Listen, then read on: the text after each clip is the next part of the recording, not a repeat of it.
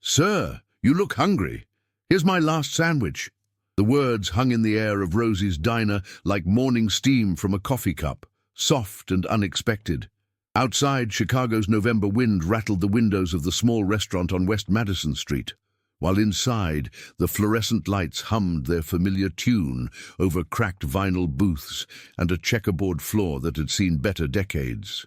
The smell of bacon grease and burnt coffee filled the air, mixing with the faint scent of disinfectant that never quite masked the years of fried food embedded in the walls.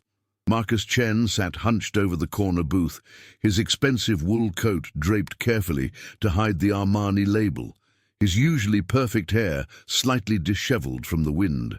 To anyone looking, he appeared to be just another down-on-his-luck customer, nursing a cup of coffee to stay warm.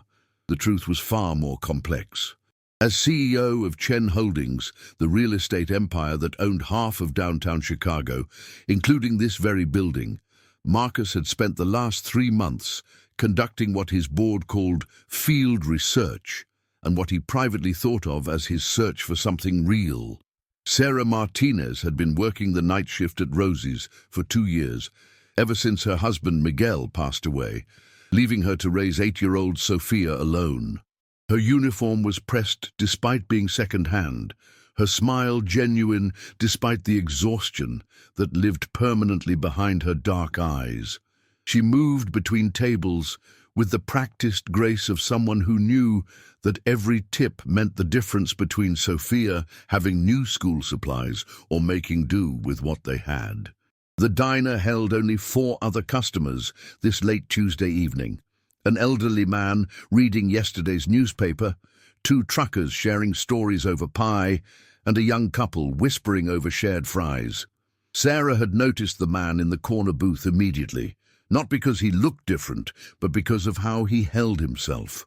There was something in his posture that spoke of someone carrying invisible weight.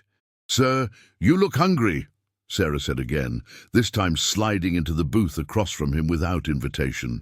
Her voice carried the slight accent of someone who'd learned English as a second language, but spoke it with confidence. "Here's my last sandwich." She placed a brown paper bag on the table between them. The bag was worn soft from handling, with Sophia's lunch, written in careful cursive across the front in purple marker. Marcus looked up, startled. In 3 months of visits to various businesses he owned, no employee had ever approached him like this. No one had ever offered him anything that belonged to them. His dark eyes met Sarah's warm brown ones, and for a moment, the carefully constructed wall around his heart developed its first crack. "I can't take your sandwich," Marcus said, his voice rougher than he intended. "That's your dinner." Sarah shrugged, a small smile playing at the corners of her mouth. "I'm not that hungry tonight. Besides, my grandmother always said food tastes better when it's shared with someone who needs it." The sandwich was turkey and cheese on white bread, cut diagonally the way a mother would cut it for her child. Marcus unwrapped it slowly, aware that this simple gesture was the first genuine kindness a stranger had shown him in years. As CEO, people gave him things constantly, but always with expectation, always with agenda. This felt different. This felt real. "Thank you," he said simply, taking a bite. The sandwich was nothing special by gourmet standards, but it tasted like care, like someone's last bit of sustenance offered freely. "I'm Sarah," she said, sliding her hands around her own coffee cup for warmth. "I don't think I've seen you here before." "Marcus," he replied, choosing to use his real first name. "I've been between jobs lately, just walking around, thinking." It wasn't entirely a lie. He had been thinking, questioning everything about his life since his father's death 6 months ago. The old man had built Chen Holdings from nothing, coming to America with empty pockets and a head full of dreams. Somewhere along the way, Marcus had inherited the business but lost the connection to why it mattered. "What kind of work do you do?" Sarah asked, genuinely curious rather than prying. "Real estate," Marcus said carefully. "Property management, mostly." Sarah nodded. "My Miguel worked construction. He always said buildings were just boxes until people filled them with life." Her voice carried the warmth of good memories tinged with sadness. They talked for another hour. Sarah shared stories about Sophia's latest artwork proudly displayed on their refrigerator, about her daughter's dream of becoming a teacher, about the small victories that made their modest life rich. Marcus found himself talking about his father's immigration story, about growing up between two worlds, about feeling lost despite having everything others thought he wanted. When Sarah's shift ended at midnight, Marcus left a $20 tip on a $5 bill and walked out into the Chicago cold, feeling more human than he had in months. What he didn't know was that Sarah found the tip and stood staring at the 20 tears streaming down her face, because it meant Sophia could have the winter coat she needed, the one Sarah had been putting off buying week after week. The next evening, Marcus returned. He told himself it was part of his research, but the truth was simpler. He wanted to see Sarah again. She greeted him with the same warm smile, as if he were a regular customer rather than someone she'd met once. "How was your day?" she asked, refilling his coffee without being asked. "Better now," Marcus found himself saying, and meaning it. This became their routine. Every Tuesday and Thursday, Marcus would appear at Rosie's during Sarah's shift. They would talk about everything and nothing, her hopes for Sophia's future, his complicated relationship with success, the way cities change and people adapt. Sarah would share her philosophy on kindness learned from her grandmother, while Marcus found himself remembering why his father had loved building things from the ground up. 3 weeks into these visits, everything changed. Marcus arrived to find Sarah in the back booth, her head in her hands, shoulders shaking with quiet sobs. He slid in across from her without hesitation. "Sarah, what's wrong?" She looked up, eyes red from crying. "They're raising our rent. Again. The new owner apparently wants to upgrade the property values in our neighborhood. I don't know how we're going to make it work." Marcus felt his stomach drop. Chen Holdings had acquired that apartment building 6 months ago, and his property manager had recommended the rent increases as part of their standard gentrification strategy. He'd signed off on it without thinking about the faces behind the lease agreements. "How much are they raising it?" he asked, though he already knew. $400. Doesn't sound like much to some people, but for us—" Sarah's voice trailed off. "I might have to find a second job, which means less time with Sophia, which means—" She couldn't finish the sentence. Marcus sat in stunned silence, realizing that his corporate decisions were destroying the life of the first person to show him genuine kindness in years. The irony was devastating. The woman who had shared her last sandwich with him was being driven from her home by his own company. "I'm sure you could talk to them," Sarah continued, hope creeping into her voice. "Explain your situation. Maybe work out a payment plan." Marcus nodded numbly, knowing that his property manager would laugh at such a request. The company's policy was clear: maximize profits, minimize sentiment. It was the same ruthless efficiency that had made Chen Holdings successful and Marcus wealthy beyond measure. That night, Marcus couldn't sleep. He stood in his penthouse apartment overlooking Lake Michigan, surrounded by luxury he no longer noticed, and thought about Sarah's worn uniform and Sophia's need for a winter coat. He thought about his father, who had worked 18-hour days not just to build wealth, but to create opportunities for families like his own had been. The next morning, Marcus called his property manager. "I want you to freeze all rent increases in the Martinez portfolio." "Sir, with respect, that's not good business. These people will pay or move. Either way, we upgrade the properties and attract higher-income tenants." "These people have names," Marcus said sharply, "and lives, and the right to affordable housing. Mr. Chen, your father didn't build this company by being sentimental about tenants." "My father built this company by caring about people," Marcus shot back, "something we seem to have forgotten." But Marcus knew one phone call wouldn't fix everything. The machinery of gentrification was already in motion, and other families were facing the same choice as Sarah: pay or leave the only home they knew. Thursday evening came, and Marcus found himself walking toward Rosie's with heavy steps. How could he face Sarah knowing he was part of the system, crushing her dreams? How could he look into her trusting eyes and continue the lie of who he was? He pushed through the door to find Sarah at her usual station, moving between tables with practiced efficiency despite the worry lines that had appeared around her eyes. When she saw him, her face lit up with genuine pleasure. "Marcus, I was hoping you'd come in tonight. I have good news." She hurried over, practically glowing with excitement. "The strangest thing happened. I went to the rental office today to beg for an extension, and they told me there had been some kind of mistake. No rent increase after all. Can you believe it?" Marcus felt his heart breaking and soaring simultaneously. That's wonderful news." Sophia's so relieved. She was already planning to give up her art classes to help with expenses. "Did I mention she's incredibly talented? Here, let me show you her latest drawing." Sarah pulled out her phone, scrolling to a picture of a colorful drawing that showed two figures sharing food at a table. The words, "Kindness grows," were written in a child's careful handwriting across the top. "She drew this after I told her about the nice man who's been coming to the diner. She said, kindness is like planting seeds, and you never know what beautiful things will grow." Marcus stared at the drawing, feeling something fundamental shift inside his chest.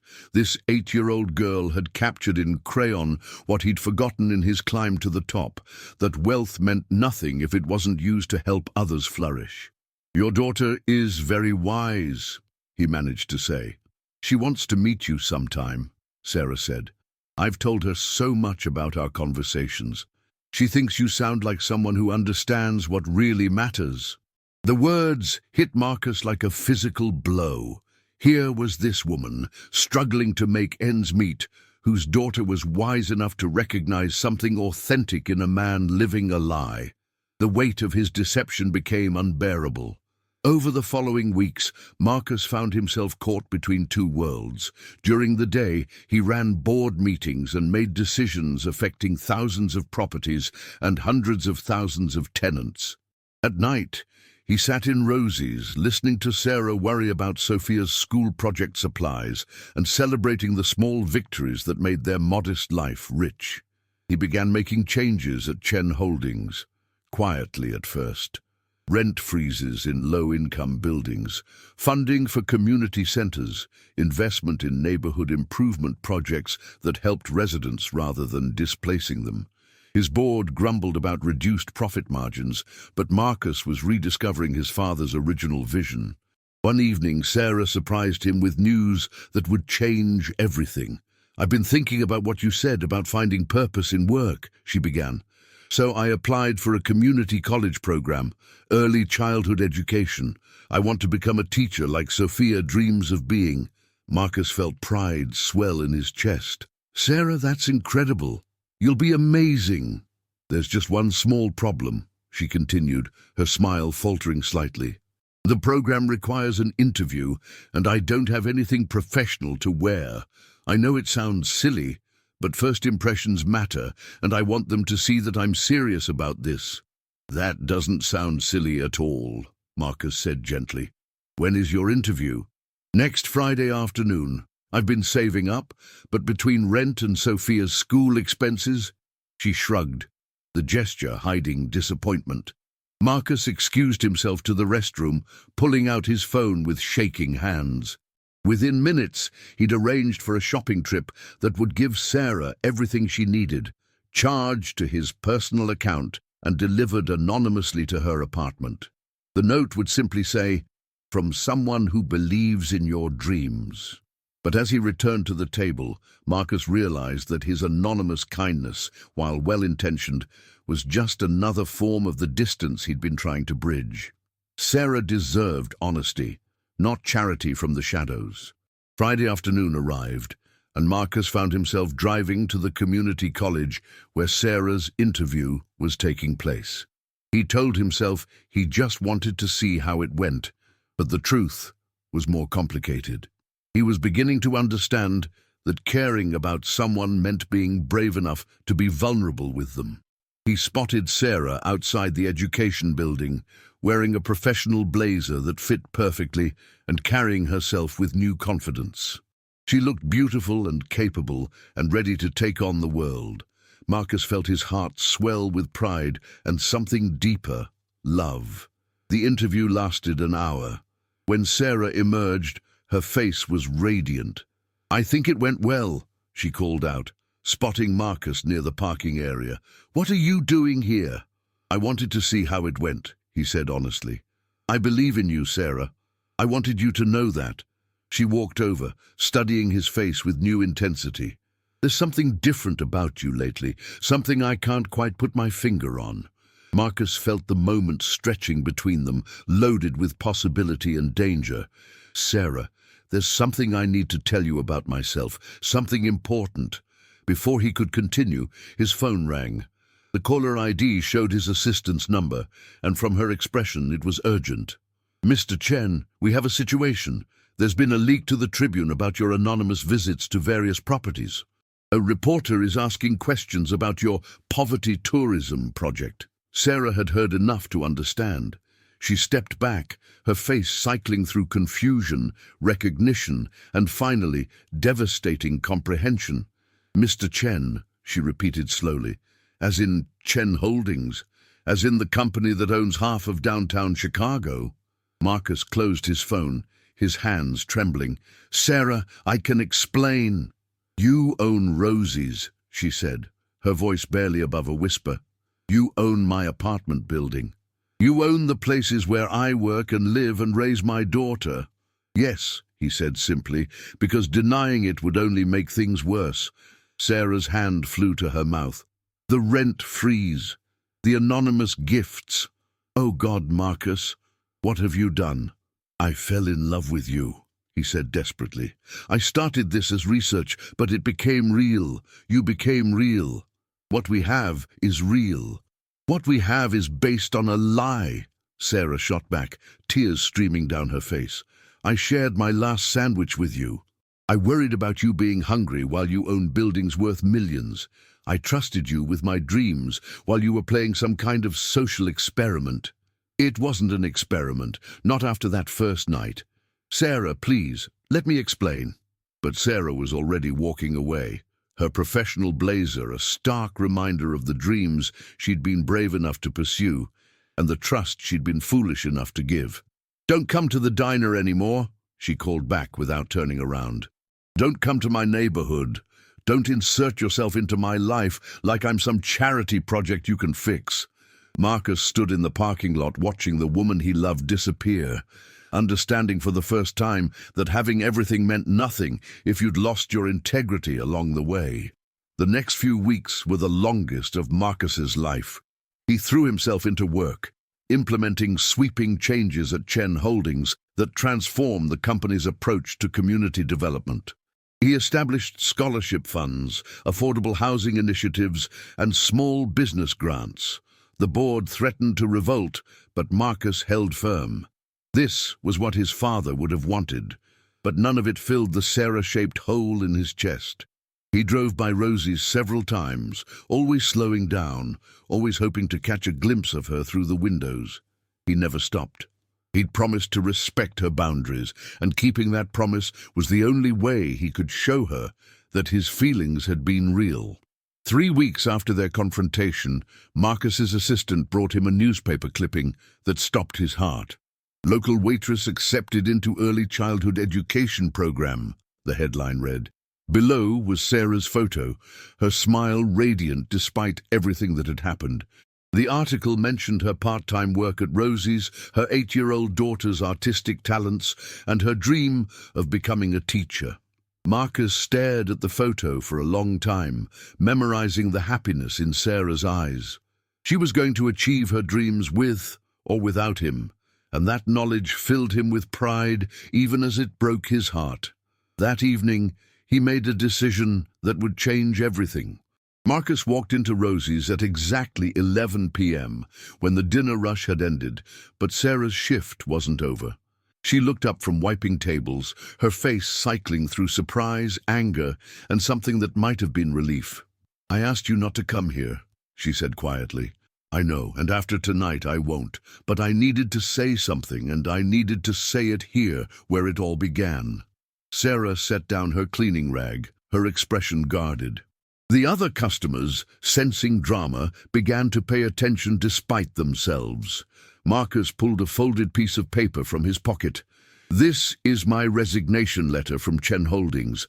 As of tomorrow, I no longer own this diner, or your apartment building, or any properties in your neighborhood. Sarah's eyes widened. Marcus, what are you talking about?